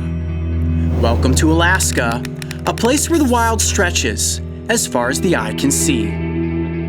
Staking claim as the largest and most sparsely populated U.S. state, it boasts a staggering 663,000 square miles of land, which also happens to be home for some of the continent's most iconic animals. If you look up, there is a good chance you will spot a bald eagle, watching as you roam along a river's edge. This elegant bird of prey is a symbol of vision, and if one soars across your path, it's a sign that you should trust where you are going and what you will become. My path in life had landed me here, on the search for an animal so elusive that they are only ever seen at a glance, as a flash of fur in the underbrush or a shadow moving out of focus that you barely happen to catch from the corner of your eye. To encounter a wolverine in the wild is next to impossible, but for me, part of the dream was to at least try. The wolverine is a spiritual symbol of persistence, an animal that never surrenders, that never gives up, and which defies all odds when it comes to survival. I knew that by immersing myself into this wild place, I would allow my mind and spirit to become one with the wolverine. I needed to place my hands where paws may have touched the boulders that had worn down over millions of years to become grains of sand. I wanted to drink the same life-giving water that melts from the glaciers and flows through the forests. I challenged myself to venture across the skeletons of fallen giants, so as to find myself facing the exact same obstacles this animal conquered with ease. This forest is like a playground. I can only imagine what it would be like to be a Wolverine out here in all of this. I'm trying to find one, but man, this terrain is difficult. For several days we searched riverbeds, forests, and boulder-strewn grasslands.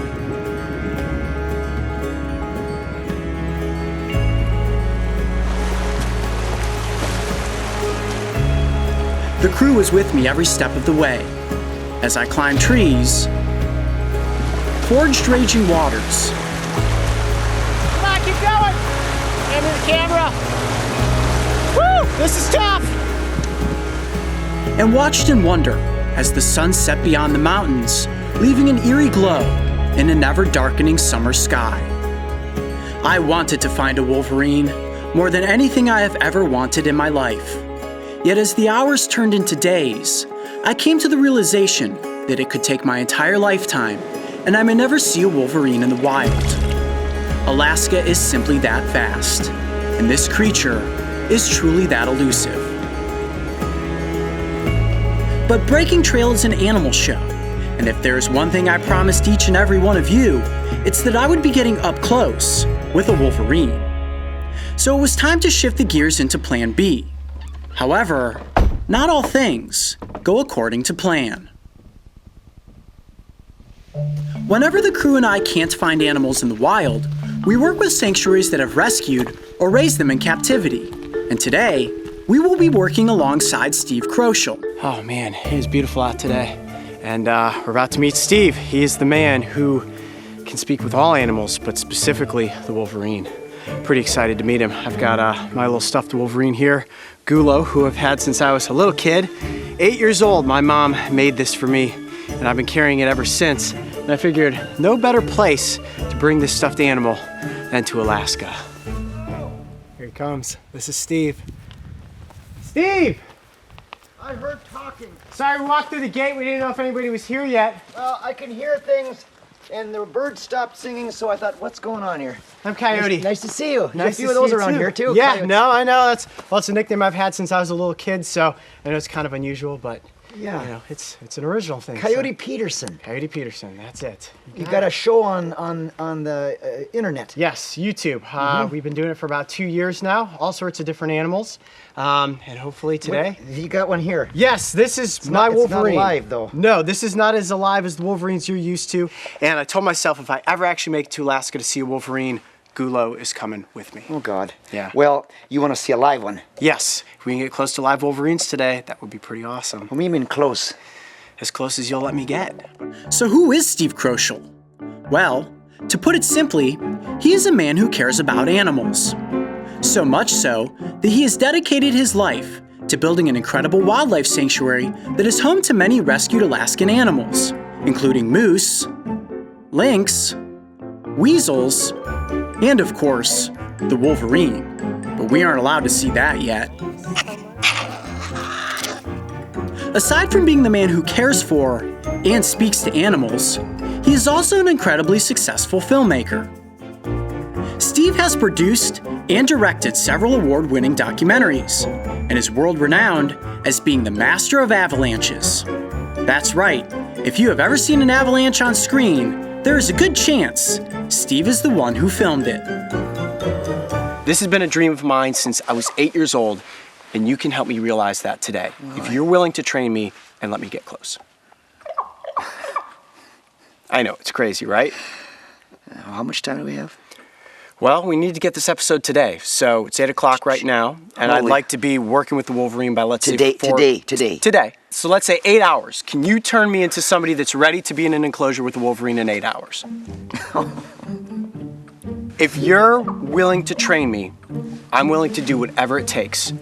Train you. Train me to the point where you feel I am ready to be in the presence of a Wolverine.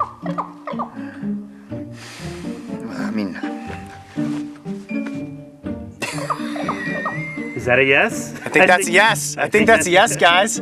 all right. Let's try something here. All right, let's let the training begin. Yeah, dude, we're in. So, Steve, I noticed that you don't wear any shoes. Is there a reason for this?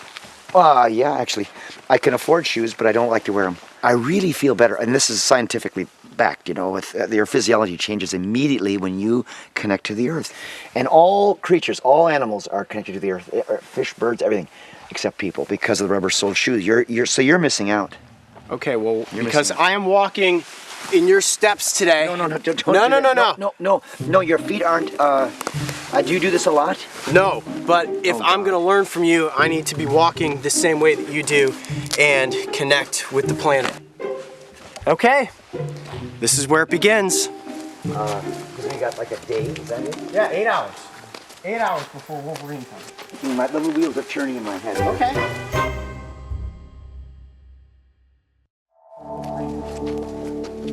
Well. Oh, cool. Are these all your skulls? Yeah, well, this is like a Check this out. Wow. Here's a Wolverine skull right here. It is a Wolverine There's skull. wolves here, but anyway. Wow. Can I hold it? Yeah, sure. Yeah. Okay, so I've seen Wolverine skulls in museums. This Yeah. is actually the first time I have ever physically held one. Even really? Yeah, Oh my God. honest to goodness. Okay, so Steve, I know this is gonna seem a little bit weird, but hold on to the skull. Trust me. Okay, I'm gonna put my hand inside of the jaws and I want you to just apply a little pressure. Now, press down. I'll tell you when to stop. Keep going, keep going, keep going, keep going. Ah, okay, that's good, that's good. Gee, many Christmas. Wow, those canines are unbelievably sharp. Look at the indentation that put into my hand. Okay, now that I feel like I know what it's like to be slightly bitten by a Wolverine, let's get into the training. Oh, Jesus. I think at this point, Steve either thought I was completely crazy or that I was simply willing to do whatever it would take to get face to face with the Wolverine. Then all of a sudden, I was presented with my first test. What was that? You got another little Huvilian coming here. Relative of the Wolverine. In that pipe? Yeah. Is it a weasel? No, it's a mystery animal. Mystery animal. You know what? I'm gonna get a little jar jelly and I'll reveal it. How's that? That sounds really good. Okay, Steve, whenever you're ready. I've got I went in the cabin and got this jelly. Okay. I need to find a stick. About like this long? Is that good? Just get a little bit on the end. Like that? He's growling again. He smells he's that. ready. Hurry. This is a mini Wolverine on steroids. Right. First test. I can do this. Oh, You do the countdown for me.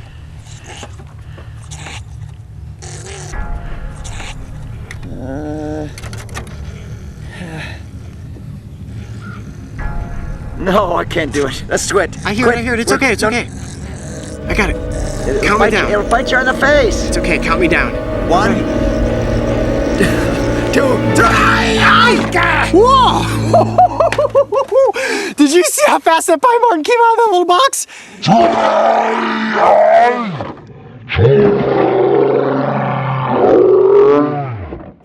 And I still have all my fingers. How'd I do, Steve? Oh, that's good enough. In my mind, I was certain that it was time to meet the Wolverine. I was barefoot, I felt the power of the Wolverine's teeth, and I passed the Pine Marten test with flying colors. In my second test, Steve needed me to cut a gift for the Wolverine out of moose hide. That is your offering to the animal. It's a peace offering. This will help you to understand what size the Wolverine would like, and just you're going to put feeling into it. Even while you're cutting it, you're going to think about Wolverines, and you're getting into the Wolverine's frequency. You're dialing in right now. Go ahead. Don't cut yourself.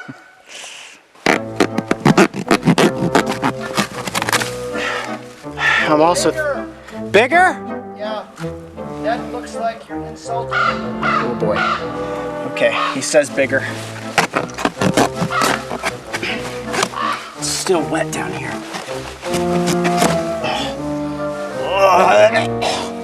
Oh, absolutely stinks. Okay, this has got to be the one. That is all still rotting right there. Almost looks like the face of a Sasquatch. All right, Steve, I think I got a piece. That looks good. There is no greater stench than rotting moose hide. Steve instructed me to literally rub the rotting skin all over the inside of the arena. The sense of smell in a wolverine is very, very, very keen. 1 molecule per 5 million. Okay, yours is like 1 in 125,000. The only thought going through my mind, other than washing my hands, was when in the world am I going to see this wolverine? Next, he had me carry a 40-pound slab of cow ribs for nearly a mile. I was to place it in the arena as an offering to the wolverine and a sign that I came in peace. After that, he said I needed to work on my speed, so I sprinted. Next, it was my balance, so I balanced. Steve believed that conditioning me both physically and mentally was the only way I stood any chance at surviving an encounter with a wolverine. I knew I was getting close, and as Steve headed off on his own, he instructed me to enter the arena and take a nap. He said that if I fell asleep listening to the call of the raven, that it would guide me to a dream that would tell of my destiny.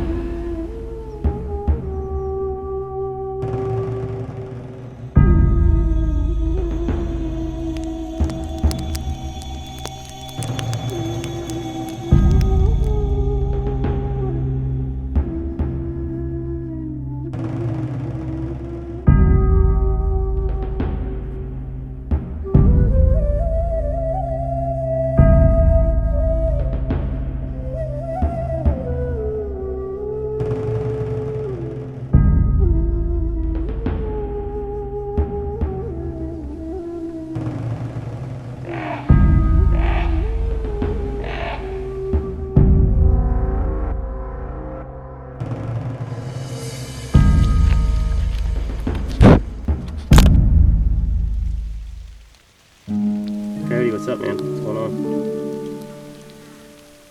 Well, it is mid-afternoon at this point. It's hot. We haven't seen Steve for hours. I'm beginning to wonder at this point, is Steve turning me into Steve, or is Steve turning me into a Wolverine? The crazy thing about Steve is that even when you don't think he's listening, he's listening. My feet were weathered and worn. My hands ached. And just when I felt that I couldn't go any further, Steve sat me down and told me that my training was complete. He said that I still wasn't ready to meet the Wolverine, but that it was time to learn how to speak their language. And if I could accomplish that, or at least get to a point where I wasn't asking for my face to be clawed off, that maybe, just maybe, I would be ready to meet the Phantom of the North. This next part is probably one of the strangest things I have ever done. But when the teacher instructs, the student would be wise to listen to his teachings. What's going on right now, Coyote?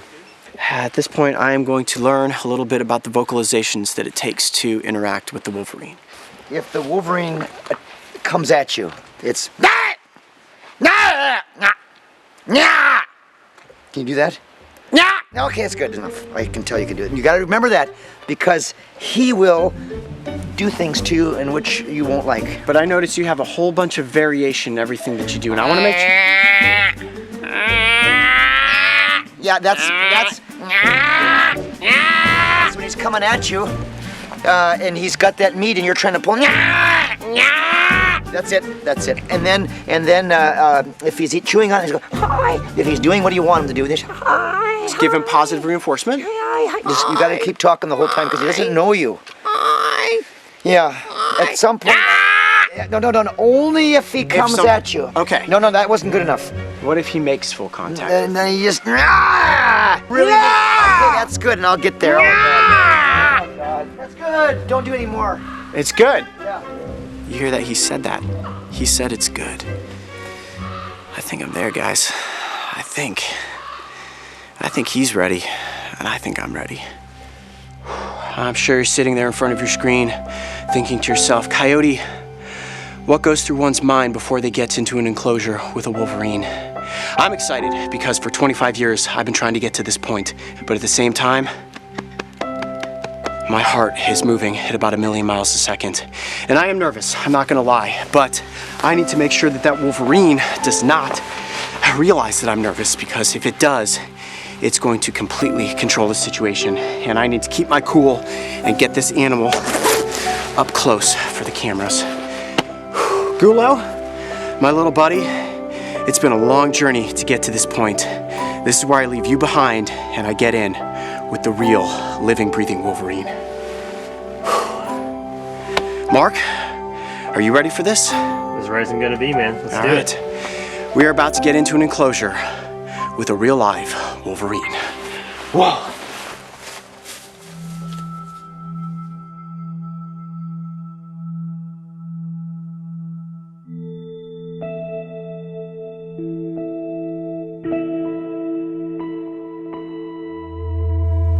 This is the Wolverine coming out.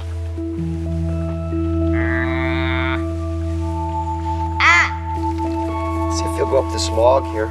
There we go. The animal was incredible, just as I had envisioned in my dreams. And as it scaled the log and came to a stop, there was no hesitation between us, as instantly we came face to face.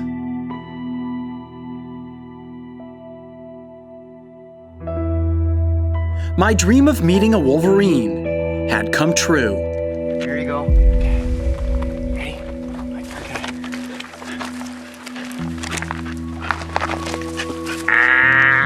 All right. Cool, did you get that? Yeah. That was incredible. That was it. I just made a connection with a Wolverine. This is good, right? He's accepting the fact that I have him on the tether. Yeah, okay. Just let him walk. Let him meet So your walk. Wolverine. You got a hold of him. He's meeting your Wolverine. Look at this. The child. Oh my God. It's okay. It's okay. This is completely natural. That's good. Just Look at that. What is that? What is that, Pam? don't want him to ruin It's okay. It's okay. Wow. it. Let him go. Go. Go. Don't get too close.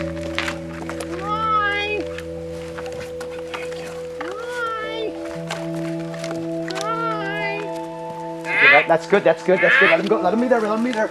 Let him be there. That's good. That's good. Okay. That's now we're gonna go back. I can't believe it. Now we gotta see if Steve will actually let me into the enclosure and get it off the harness. Go ahead. Go ahead. Hey, now Mark's coming in with us. You know that, right? Yep. I was about to be the first animal show host in history to enter an enclosure with an unharnessed Wolverine. In an enclosure right now with a Wolverine. I'm gonna turn this GoPro on and just set this over here by the moose skin and the cow meat. So Coyote, you're over there now. Okay. That moose hide. Okay? That gift. This is my gift. Right there. Okay? Okay. And then Mark is right behind Coyote. Okay? Right there. Okay, I'm gonna let him go now. Okay? There we go. Okay. Now I'm gonna get over on this side and be behind you, and I'm gonna watch. Okay. I think he's so preoccupied. Okay, at this point, the Wolverine is off of the harness. We are in an enclosure with the animal. Here he comes to you. Hi. Okay, let him pull it. Let him pull it. Do I let go? Yeah, no, just let him pull on it. Okay. Okay, let go. Oh, he likes that. I knew it. That soft part Watch of the your moose's hands. belly. Watch your hands. Okay. Very nice. That's your gift to him. Okay. Now, I would get up and walk over here with me. No. Just watch him. Just don't get any. I would get closer. He'll defend his kill. Okay. I am about 2 feet away from the Wolverine right now. Here he is. No, it's okay. Let him do whatever he wants. What I want you to do now, if he gets that a little bit further, I want you to grab that piece of meat and Okay. take it and put it over here and see if he takes it and puts it back. If you do that, you're developing a relationship with him without insulting him. Hurry, hurry, hurry. Pick it up and throw it back. Throw it over here. Hurry, hurry, hurry. Here he comes. Here he comes. Oh, he now sees that the meat is not there. It's right here. Okay, pull on it. Okay, let him have it. Let him have it. Let him have it. That's enough. Okay. That's very nice. He didn't just. Didn't struggle too much. Well, he didn't jump from the meat to you. Okay. So this is a good sign that he's accepting you in the sense of he's letting you into his private world now. Okay. That is incredible. That's like, I just can't believe what I just saw. Yep, here it is. Okay, I'm watching him. There you go. Ooh, his hand is, watch your hand. Go ahead, be careful, okay? I'm gonna let him drag. Too close. That one was his. I'm gonna give you my shirt. I'm gonna give you my shirt. Okay, put that on. You think he'll feel a little more comfortable? Put that on. Okay. Put that on. You're taking over my, you see that's all the holes in there? Okay. I'm gonna drag the meat back again just real slowly, see if we can do that again. Do it quickly. Let's just let it be natural. Trust me, just let the Wolverine come up to me. Don't. Right here, look. You get that.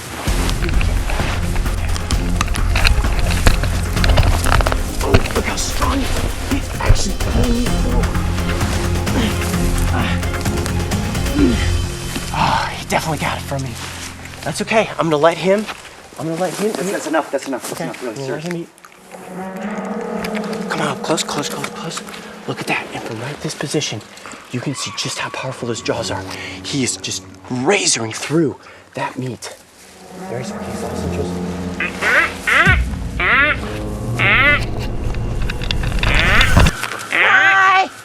All right, we're done.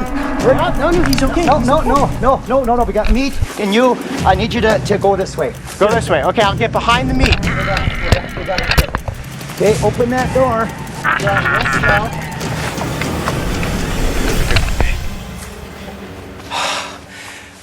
Well, when Steve says that's enough, that's enough. At this point, the Wolverine's getting a little too rowdy, and Steve said, out of the cage. But that has to be the coolest thing that I've ever done while hosting an animal show. My heart is racing, and it was absolutely unbelievable. So what you did there, the relationship that I've had with this Wolverine its entire life, and for 36 years working with Wolverines, what you did, unprecedented. No one's ever done that. I haven't even done some of what you just did. Okay. And it touched you with its teeth, its nose. You have made contact. Also, he allowed you. But you've taken what we've did today is we pushed all the knowledge I had, and you pressed down all that Wolverine will give me, the benefit out of being a nice animal, being with proper etiquette protocol for a human being, and you brought it to that far from reality. Okay. That far from reality. That's pretty close. That's pushing the envelope. Steve, I cannot thank you enough for that experience, my friend. There are no words that can come out of my mouth right now that can truly explain what it was like to be in that enclosure with the Wolverine. I can see the relief on your face. All that stress, I know how hard it was for you to let me get in there. All my fingers are still intact. I made contact with the Wolverine, and today you helped me realize a dream that I've had since I was 8 years old. And I don't know how I could ever thank you enough for what today was. And all those kids out there that just watched this episode that experienced and got to see a Wolverine for the first time, and you helped me do that. Thank you so much. Hey, I'm gonna hug you. Yes! That was. This has been so much fun. I want my shirt back though. Yes, no, you need this. I can see what it was like for you to be having that Wolverine jump all over maybe your I'll back. send it to you when it has a few more holes. I don't know. Yeah, I love the big, huge paw mark that's on the back here, and all those claw marks. Oh my gosh, there really is a Wolverine track there. There is. Yikes. That is awesome. I'm Coyote Peterson. Be brave. Stay wild. We'll see you on the next adventure.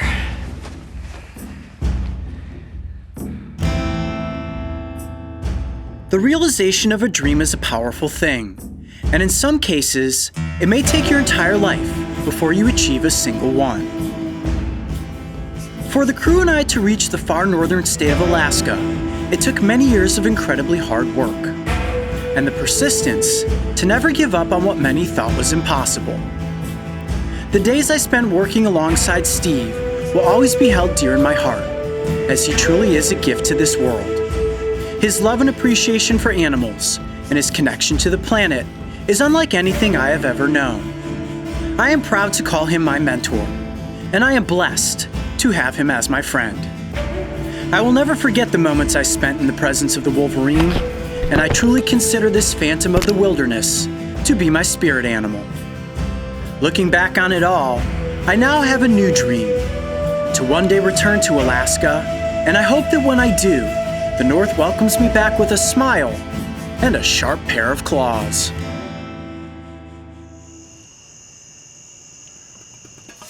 What's going on, Coyote Pack? Right now we're on location in Cleveland, Texas, staying at the Chain of Lakes Resort. We thought it'd be really cool to go out and explore the grounds at night to see how many creatures we could find. We've got Mario behind the light. Hey, Mario. Hey. We've got Mark right there behind the camera as usual. Hey, guys. And if you guys out there watching are ready, we're gonna head off and see what we can find. I've got a net, I've got my snake hook, and anything is possible. You ready? Let's do it. Okay, let's go. Snake, snake, snake. Wow. Got it. Oh, you Got it. Wow. Yes. Oh, my gosh. Holy. Oh, look at that. There's a gecko. Oh, it's going up the side. There's a gecko right there. You go around here. I'm gonna gently flip him down with my snake stick. Watch this. Oh. I keep it like, oh, he's going that way. It's perfect. It's perfect. Got him. Oh, nice. Yes! Excellent. Look at that. Woo!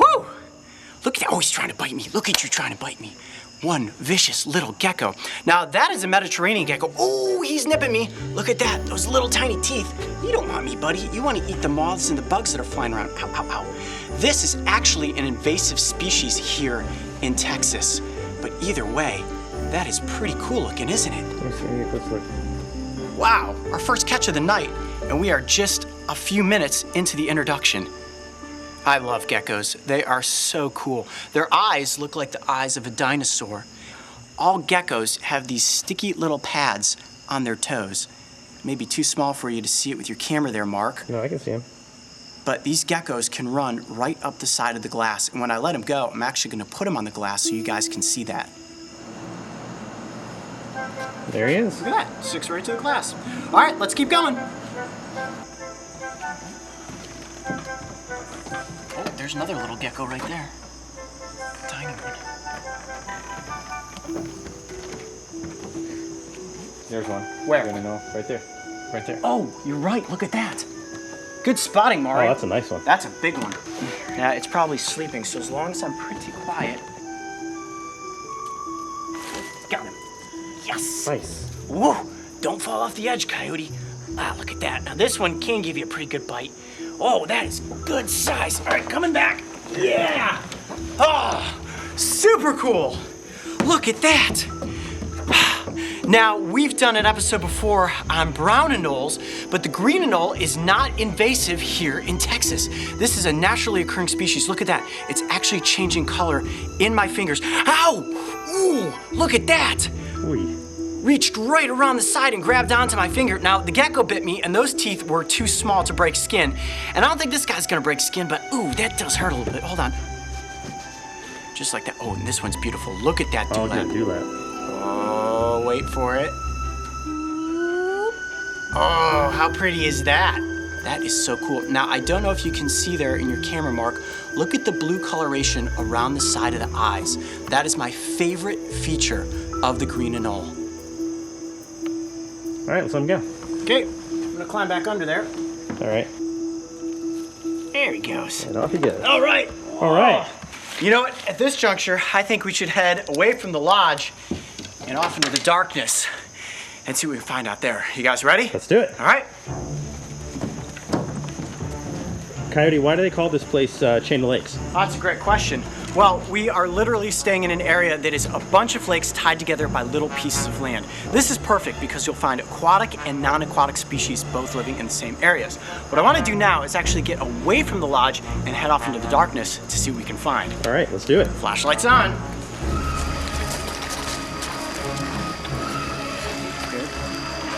Oh, there's a turtle. That's pretty deep in there. You gonna get in there? Oh, got him. Got it. Wow, went all the way wet. in. Talk about going for the gold. Wow, look at that. Hold on. Face full of water. That is a razorback musk turtle. Oh, he is musky. Oh, he stinks. Soaking wet. Look at that. His little face looks like a little snapping turtle. So are they related to snapping turtles? They're not, although it would be really easy to misidentify this as a snapping turtle. You see, it's got the very sharp hooked beak, and then let's look at the underside. The plastron is actually very small. You see the turtle can't completely tuck into its shell. You have a lot of exposed meat, just like a snapping turtle. But actually, musk turtles are not related to snapping turtles at all. Let's see its tail. Its tail's kind of stubby, not like a snapping turtle. Nope, it's not. Snappers have very long tails. But look at that, still has a bunch of little spikes on the tail. It stinks. Now, these musk turtles get their names because one of their defenses, if they're caught, is to musk. But it's a razorback musk turtle, and can you see that ridge line that runs right down the center of the carapace? Almost looks like saw teeth. Wow, how awesome was that? That was a great grab. I didn't think you were gonna go in. I wasn't expecting that. No, mouthful of water, but totally worth it to catch this turtle. All right, let's let it go and see what else we can find along the edge of the pond.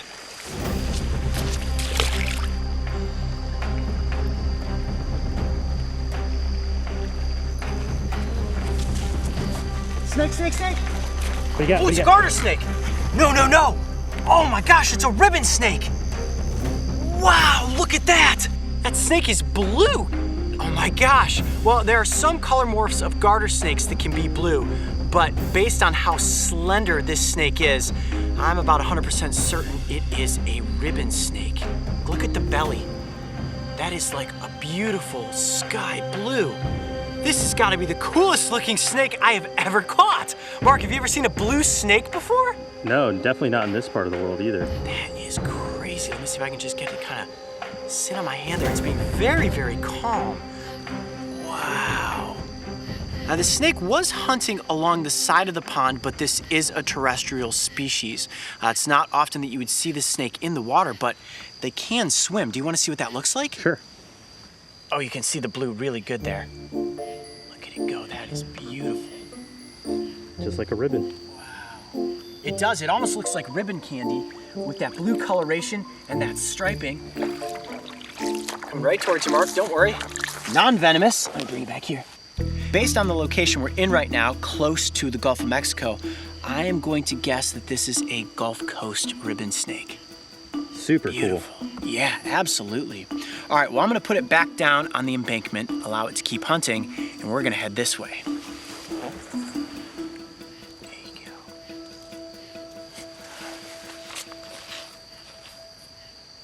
Cool. Look at how clear that water is. So Coyote, what are we looking for here? Really, anything that is moving under the surface of the water. You've got a fish right here. It looks like a gar. Hold on a second. Keep the light right there. You see it swimming? Yeah. I'm going to try to catch it. Keep your light on it.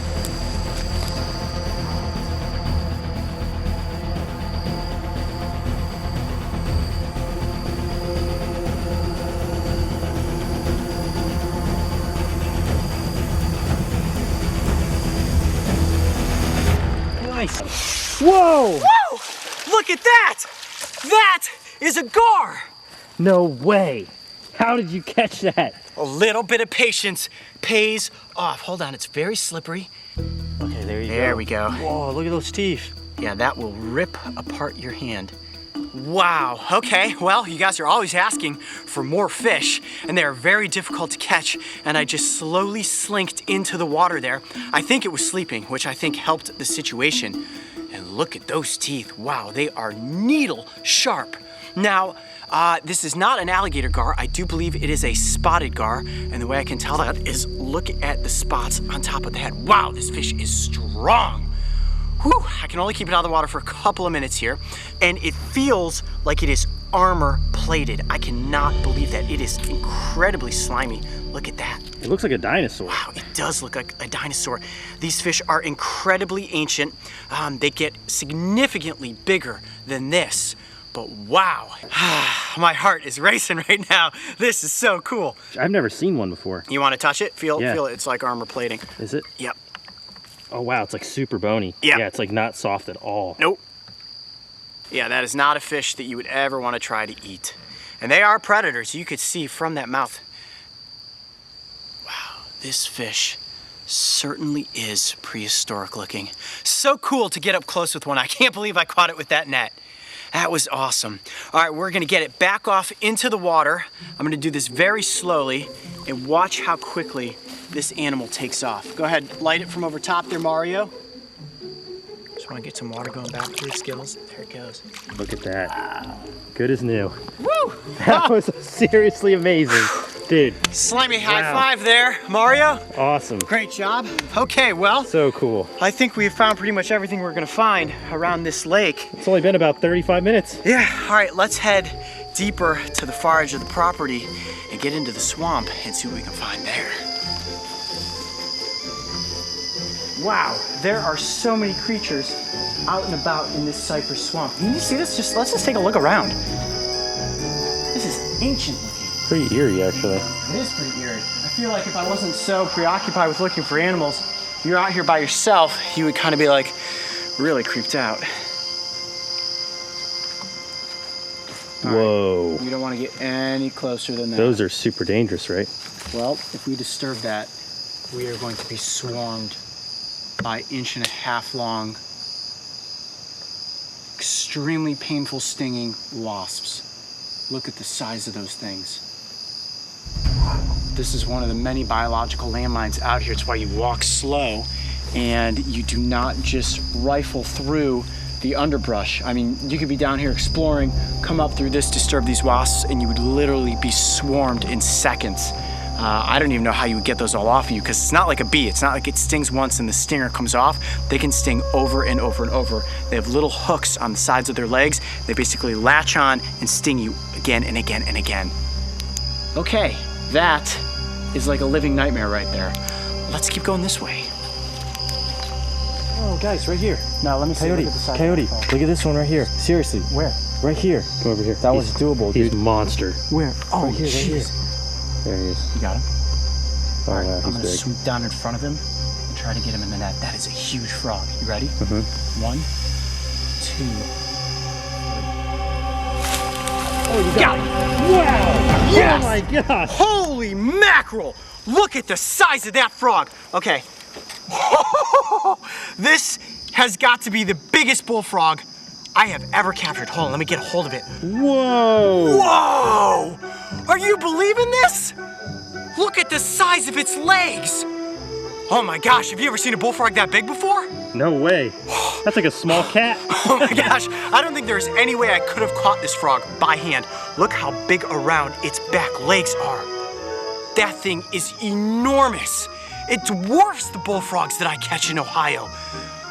Wow, look at you. Now, this is a frog that I would consider a predator and not prey. Now, certainly an alligator would eat it, but a frog of this size is actually big enough to eat other frogs and even small snakes. Look at you. Wow. Let's look at the belly. Look at the speckling on the belly. Can you see that? Wow, it's like a leopard. Absolutely gorgeous. So is this a bullfrog? It looks way different. This is an American bullfrog, and I would guess that this coloration is based on the habitat that it lives in. All this duckweed and all of this mud is probably what has forced it to create a camouflage that blends it in perfectly to this swamp atmosphere. I am so excited right now. I'll tell you what, when I was a kid, if I had caught this frog, I guarantee you that I would have won the local frog jumping contest. Well, how cool is this? Spending the night just about an hour now exploring out here in the wilds of Texas, and we came across so many amazing animals, including the biggest bullfrog that I have ever seen. I'm Coyote Peterson. Be brave. Stay wild. We'll see you on the next location. All right, I'm gonna set the frog down on the ground and let's see how far it can jump. You ready? Oh! He hit me. Jeez, he jumped right into the camera. It took off like a lightning bolt. Wow, that was awesome.